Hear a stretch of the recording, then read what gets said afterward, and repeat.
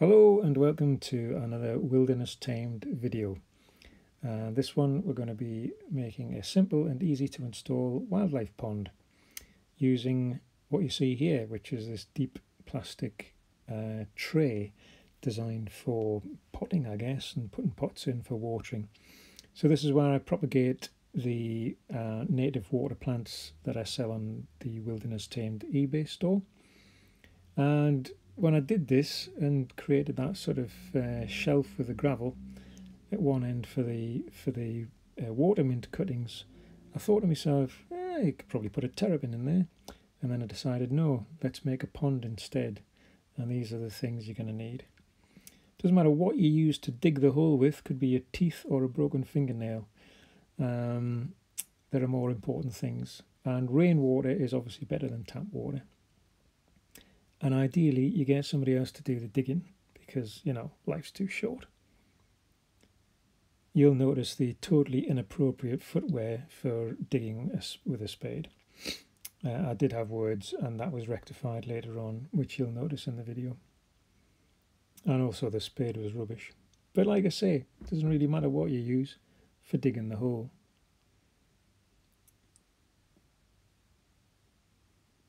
Doesn't need to be deep.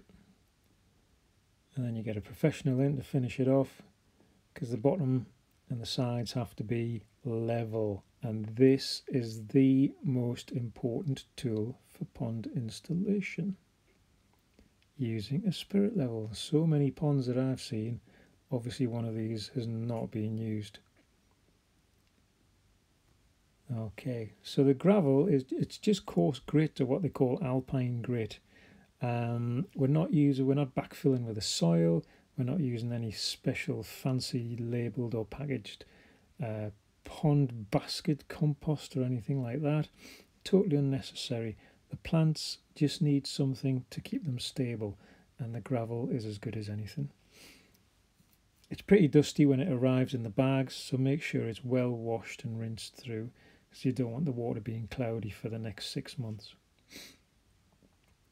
We deliberately rolled the turf back so that we had a little bit to use in the front edge, just underneath the subtitles there, and then this back edge. We could have left a bit more overhanging into the water to disguise the edge of the thing a bit better, but what you'll find is if the turf goes into the water, it'll wick the water out, it'll leach the water out, and you'll constantly be topping up the pond. I mean, we've got a bit overlapping there just for little amphibians and things to hide under, but it's not sort of in the pond itself. And when you're filling with the water, pour it on the stones so that the gravel doesn't get shifted around all over the place. And a few bucketfuls later, and the job's done. Okay, yes, it's a little bit cloudy, but it's not that bad. So we've got a selection of plants. This is Geum rivali, the water avens, and it likes its feet wet, but it doesn't need to be plunged deep into the water, so we're just going to put it in the shallows here. And all you do is prog a hole with one finger, bung in the bottom of the plant, and that'll take root and sit there quite happily.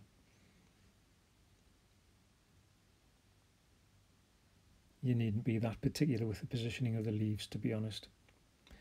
I'll have to have words with my assistant. This is Frog's Bit. It's a free-floating plant. It's got leaves very similar shape to a water lily and tiny little white flowers, and it spreads and multiplies across the surface of the pond and cuts down the sunlight getting into the pond, so that reduces the amount of algae that's going to grow. This is the beautifully named Veronica Beccabunga brook lime. It's a sort of semi-marginal ground creepy type plant. We're going to put it in a little bit of depth of water here. It'll spread out over the rocks. The leaves are nice and flexible and good for newts to lay their eggs in. What's next on the agenda? Sneeze wort.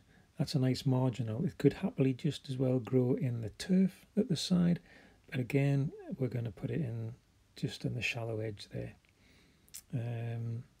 Achillea tarmica is the Latin name.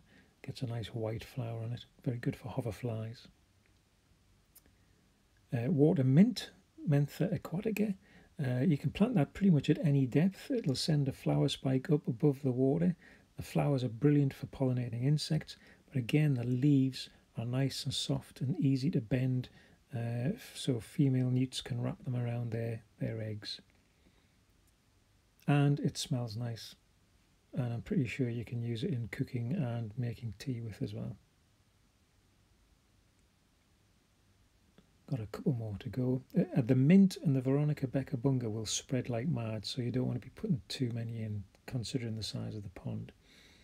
This is Butomus, the flowering rush. Butomus umbellatus gets a very exotic looking bunch of pink flowers on a tall spike. Again, likes to be quite deep in the water. It'll spread and form a decent sized clump, but it's easy to divide. And it'll allow things like damselflies and dragonflies to crawl up the stems once they're ready to emerge as adults and emerge from their sort of chrysalis case, or larval case. They don't really form a chrysalis. So there you go. It's simple, easy, great cheap activity to do with the kids. It'll attract wildlife, and that's all you need to do. So let's just recap on what we've used. A black plastic tray from a DIY or garden centre, coarse grit for the plants to root into, stones which you can get from anywhere. The plants we'll find available from the Wilderness Tamed eBay store, and again the most important thing is the spirit level. Without that you'll not get your pond level. It's the same as when you're using a flexible liner as well. Always make sure that the hole you put the pond into is level, so you don't end up with a deep end and a shallow end and the water all runs out, and the worst thing, you end up with a lot of exposed liner.